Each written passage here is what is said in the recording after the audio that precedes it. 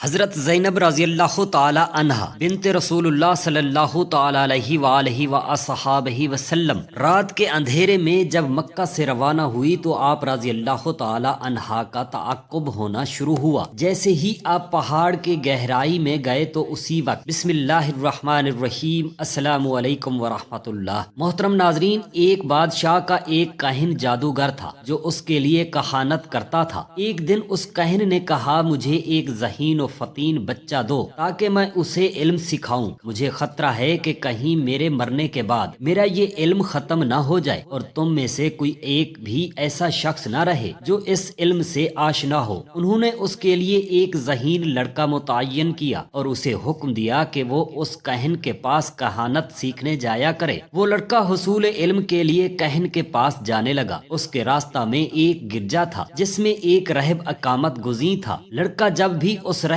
کے پاس سے گزرتا اس سے مختلف سوالات کرتا، راہب اسے جوابات دیتا۔ ایک دن راہب نے کہا، میں تو صرف خدائے وحدہ لا شریک کی عبادت کرتا ہوں۔ اب لڑکا اسی راہب کے پاس ہی جانے لگا۔ کاہن نے لڑکے کے گھر والوں سے شکایت کی کہ وہ لڑکا اس کی خدمت میں حاضر نہیں ہوتا۔ لڑکے نے راہب کے پاس کاہن کی اس شکایت کا تذکرہ کیا تو راہب نے اس کو مشورہ دیا کہ جب کاہن تجھ سے پوچھے کہ تو کہاں تھا تو اس سے کہنا کہ میں اپنے اہل خانہ کے پاس تھا، اور جب گھر والے تجھ سے پوچھیں کہ تو کہاں تھا تو ان سے کہہ دینا میں کاہن کے پاس تھا۔ وہ لڑکا راہب سے علم حاصل کرتا رہا۔ دوران حصول علم ایک عجیب واقعہ رونما ہوا۔ ایک دن وہ لوگوں کی ایک جماعت کے پاس سے گزرا۔ وہ جماعت دہشت زدہ ہو کر سرے راہ بیٹھی ہوئی تھی۔ لڑکے کے استفسار پر انہوں نے بتایا کہ ایک شیر نے ان کا راستہ روک رکھا ہے۔ لڑکے نے ایک پتھر اٹھایا اور دعا مانگی، مولا جو کچھ راہب کہتا ہے اگر وہ حق ہے تو پھر میں تجھ سے التجا کرتا ہوں کہ تو اس شیر کو ہلاک کر دے۔ پھر اس نے وہ پتھر پھینکا جس سے شیر وہیں مر گیا۔ لوگوں نے پوچھا، اس شیر کو کس نے ہلاک کیا ہے؟ اس جماعت کے افراد نے بتایا کہ اس کو اس لڑکے نے مار دیا ہے۔ یہ سن کر وہ لوگ گھبرا گئے۔ انہوں نے کہا، اس لڑکے کے پاس ایسا علم ہے جس سے کوئی اور آگاہ نہیں ہے۔ جب ایک نابینا شخص نے یہ واقعہ سنا تو اس نے لڑکے سے کہا، اگر تو نے میری بصارت لوٹا دی تو میں تجھے وافر مال عطا کروں گا۔ لڑکے نے اس سے کہا، مجھے تیرے مال کی کوئی ضرورت نہیں، میں تو تجھ سے صرف اتنا کہوں گا کہ اگر تجھے بصارت مل جائے تو اس ذات پر ایمان لے آنا جو تجھے بینائی عطا کرے گا۔ اس نے کہا، ہاں میں اس ذات پر ایمان لے آؤں گا۔ لڑکے نے اللہ تعالیٰ سے دعا مانگی جس سے نابینا کو بینائی مل گئی۔ وہ اللہ تعالیٰ پر ایمان لے آیا۔ راہب لڑکے اور اندھے کی خبر بادشاہ تک پہنچ گئی۔ اس نے تینوں کو اپنے دربار میں طلب کیا اور کہا، میں تجھے اس طریقے سے قتل کروں گا کہ آج تک کسی شخص نے اپنے دشمن کو اس طرح قتل نہ کیا ہوگا۔ پہلے اس نے راہب اور اس شخص کو بلایا جو پہلے نابینا تھا۔ پہلے راہب کے سر پر آری چلا کر اس کو قتل کر دیا، پھر دوسرے شخص کو بھی اسی طرح قتل کیا۔ اس کے بعد لڑکے کو بلایا۔ بادشاہ نے اپنے سپاہیوں کو بلایا اور کہا، اس لڑکے کو فلاں پہاڑ پر لے جاؤ اور سر کے بل نیچے گرا دو۔ جب سپاہی اس لڑکے کو اس جگہ پر لے کر گئے، وہ خود منہ کے بل نیچے گرنے لگے اور ان میں سے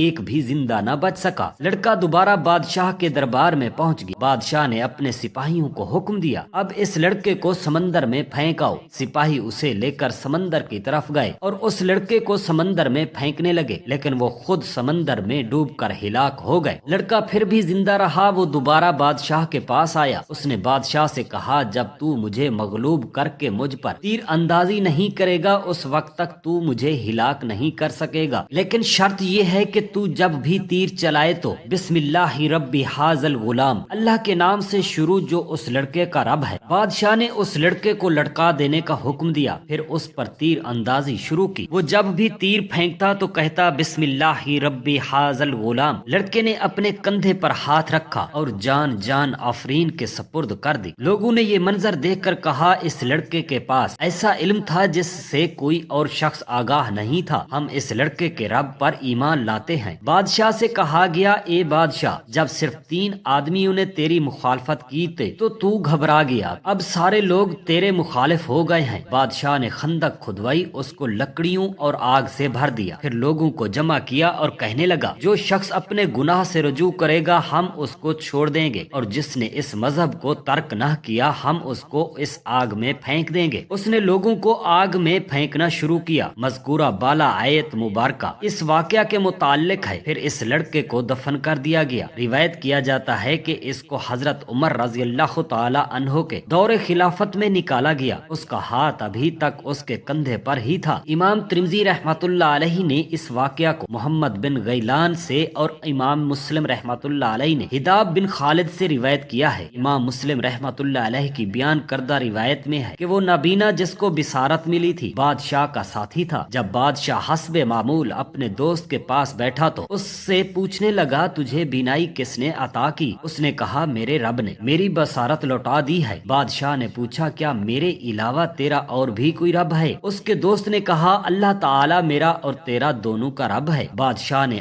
آری منگوائی اور اس کے سر پر رکھ کر چلا دی۔ اس کو قتل کرنے کے بعد رہب کو طلب کیا گیا، اس کو بھی اسی طرح شہید کر دیا گیا۔ امام مسلم رحمۃ اللہ علیہ کی روایت میں آخر میں ہے آگ میں پھینکنے کے لیے ایک عورت کو لایا گیا، اس کے پاس ایک شیر خوار بچہ تھا۔ اس بچے نے کہا اے میری امی جان مت گھبرائیں، آپ حق پر ہیں۔ حضرت زینب بنت رسول اللہ صلی اللہ تعالی علیہ وآلہ وسلم مکہ مکرمہ سے روانگی اور قریش کا آپ کے تعاقب میں نکلے۔ سب سے پہلے آپ تک حبار بن اسود پہنچے، آپ کو نیزے کے ساتھ خوف زدہ کیا، آپ امید سے تھیں۔ جب آپ کو خوف زدہ کیا گیا آپ کے خاوند کے بھائی کنانا نے اپنا اونٹ بٹھا دیا اور اپنے ترکش کے تیر بکھیر دیے، پھر کہا باخدا تم میں سے جو شخص بھی میرے قریب آئے گا میں اس میں تیر پیوست کر دوں گا۔ لوگ پیچھے ہٹ گئے۔ ابو سفیان قریش کے چند معززین کو ہمراہ لے کر وہاں پہنچ گیا۔ اس نے کنانا کو کہا اے شخص ہم سے اپنے تیر روک لے تاکہ ہم تیرے ساتھ گفتگو کریں۔ وہ رک گیا۔ ابو سفیان آگے بڑھ کر اس کے قریب آ گیا اور کہنے لگا کہ تم نے اچھا نہیں کیا، لوگوں کے سامنے اعلانیہ اس خاتون کو لے کر تم چل پڑے ہو، حالانکہ ہماری مصیبت اور ذلت کو اور محمد صلی اللہ تعالی علیہ وسلم کی طرف سے جو تباہی ہم پر آئی اسے تم جانتے ہو۔ اگر تم لوگوں کے سامنے اعلانیہ ہمارے درمیان ان کی بیٹی کو لے جاؤ گے تو لوگ کیا خیال کریں گے کہ یہ سب کچھ اس ذلت کی وجہ سے ہوا جو ہماری اس مصیبت کے باعث ہمیں پہنچی، اور یہ بات ہماری ذلت اور کمزوری کی دلیل ہوگی۔ مجھے اپنی زندگی کی قسم ہمیں ان کو اپنے باپ سے دور رکھ کر یہاں روکنے میں کوئی دلچسپی نہیں، اور نہ اس طرح ہم انتقام لے سکتے ہیں، لیکن تم اس خاتون کو لے کر واپس چلے جاؤ یہاں تک کہ جب آوازیں خاموش ہو جائیں گی اور لوگ کہنے لگیں گے کہ ہم نے اسے لوٹا دیا ہے تو چپکے سے انہیں لے کر چلے جانا اور ان کے باپ سے جا ملانا۔ راوی فرماتے ہیں اس نے ایسا ہی کیا۔ چند راتیں آپ وہاں ٹھہری یہاں تک کہ چہمگوئیاں ختم ہو گئیں تو کنانا رات کی تاریکی میں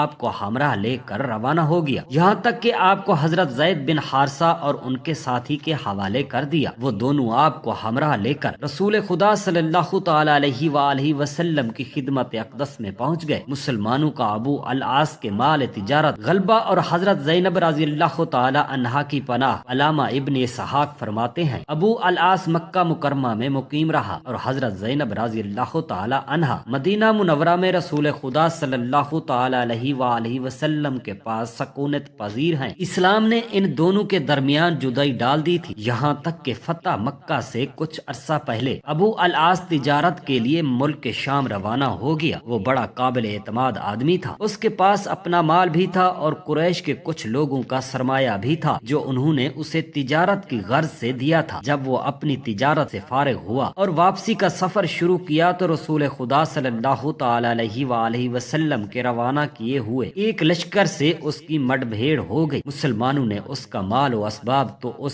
سے چھین لیا، لیکن ابو العاص خود جان بچا کر بھاگ گیا۔ جب یہ لشکر اس سے حاصل کردہ مال و متاع لے کر مدینہ طیبہ پہنچا تو رات کی تاریکی میں ابو العاص بھی وہاں آ گیا اور حضرت زینب بنت رسول خدا صلی اللہ تعالی علیہ وسلم کے پاس جا کر پناہ خواستگار ہوا۔ آپ نے اسے پناہ دے دی۔ وہ اپنا مال واپس لینے کے لیے یہاں آیا تھا۔ جب رسول خدا صلی اللہ تعالی علیہ وآلہ وسلم صبح کی نماز ادا کرنے کے لیے باہر تشریف لائے تو جیسا کہ یزید بن رومان نے مجھے بتایا ہے اور تکبیر تحریمہ کہی اور سب لوگوں نے بھی حضور اکرم صلی اللہ علیہ وآلہ وسلم کے ساتھ تکبیر تحریمہ کہی تو اس وقت صفۃ النساء سے حضرت زینب کی آواز بلند ہوئی، اے لوگو میں نے ابو العاص بن ربیع کو پناہ دے دی ہے۔ راوی فرماتے ہیں جب رسول خدا صلی اللہ تعالی علیہ وآلہ وسلم نے نماز سے سلام پھیرا تو لوگوں کی طرف متوجہ ہو کر پوچھا کیا تم نے وہ آواز سنی جو میں نے سنی ہے؟ انہوں نے عرض کی ہاں۔ حضور صلی اللہ علیہ وآلہ وسلم نے فرمایا سن لو۔ تو اس ذات کی قسم جس کے دست قدرت میں محمد صلی اللہ تعالی علیہ وآلہ وسلم کی جان ہے، مجھے اس واقعہ کے بارے میں کوئی علم نہیں، یہاں تک کہ میں نے یہ بات سنی جو تم نے سنی۔ مسلمانوں سے ایک ادنا درجے کا آدمی بھی کسی کو مسلمانوں سے پناہ دے سکتا ہے۔ پھر رسول خدا صلی اللہ تعالی علیہ وآلہ وسلم اپنی صاحبزادی کے ہاں واپس تشریف لے آئے اور فرمایا، اے میری بچی ابو العاص کی عزت و تکریم کرنا، لیکن وہ تمہارے نزدیک ہرگز نہ آئے کیونکہ تم اس کے لیے حلال نہیں ہو۔ ابو العاص کو مال کی واپسی اور اس کا اسلام قبول کرنا۔ حضرت عبداللہ بن ابی بکر رضی اللہ تعالی عنہ بیان فرمایا کہ رسول خدا صلی اللہ تعالی علیہ وسلم نے اس سریہ میں شریک ان مجاہدین کو بلا بھیجا جنہوں نے ابو العاص کے مال پر قبضہ کیا تھا۔ حضور اقدس صلی اللہ تعالی علیہ وآلہ وسلم نے انہیں فرمایا، اس آدمی کا ہمارے ساتھ جو رشتہ ہے اس کا تمہیں علم ہے، اس کے مال پر تم نے قبضہ کر لیا ہے، اگر تم احسان کرتے ہو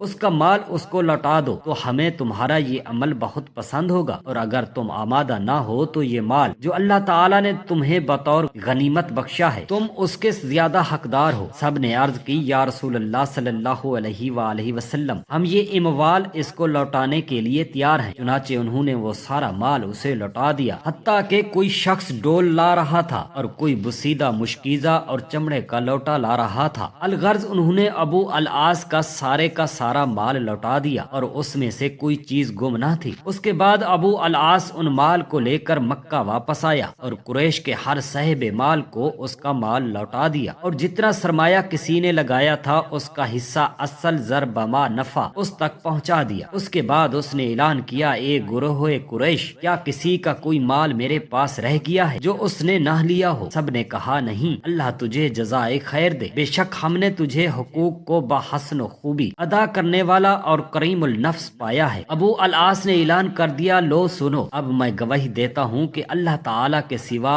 اور کوئی خدا نہیں، اور محمد صلی اللہ تعالی علیہ وآلہ وسلم رسول ہیں۔ باخدا مجھے حضور اقدس صلی اللہ تعالی علیہ وآلہ وسلم کے پاس اسلام لانے سے بجز اس خوف کے کوئی اور معنی نہ تھا۔ تم گمان کرنے لگو کہ میں تمہارے اموال ہڑپ کرنا چاہتا تھا، اب جب اللہ تعالیٰ نے وہ اموال تم تک پہنچا دیے اور میں اس ذمہ داری سے سرخرو ہو گیا تو میں نے اسلام قبول کر لیا۔ پھر حضرت ابو العاص رضی اللہ تعالی عنہ مکہ سے روانہ ہوئے اور رسول خدا صلی اللہ تعالی علیہ وآلہ وسلم کی بارگاہ اقدس میں حاضر ہو گئے اور اسلام کی دولت سے سرفراز ہوئے۔ اللہ تبارک و تعالی سے دعا ہے میرے تمام مسلمان بہن بھائیوں کے بچوں اللہ پاک اپنے حفظ و امان میں رکھ، آمین یا رب العالمین۔ جزاک اللہ خیرا کثیرا۔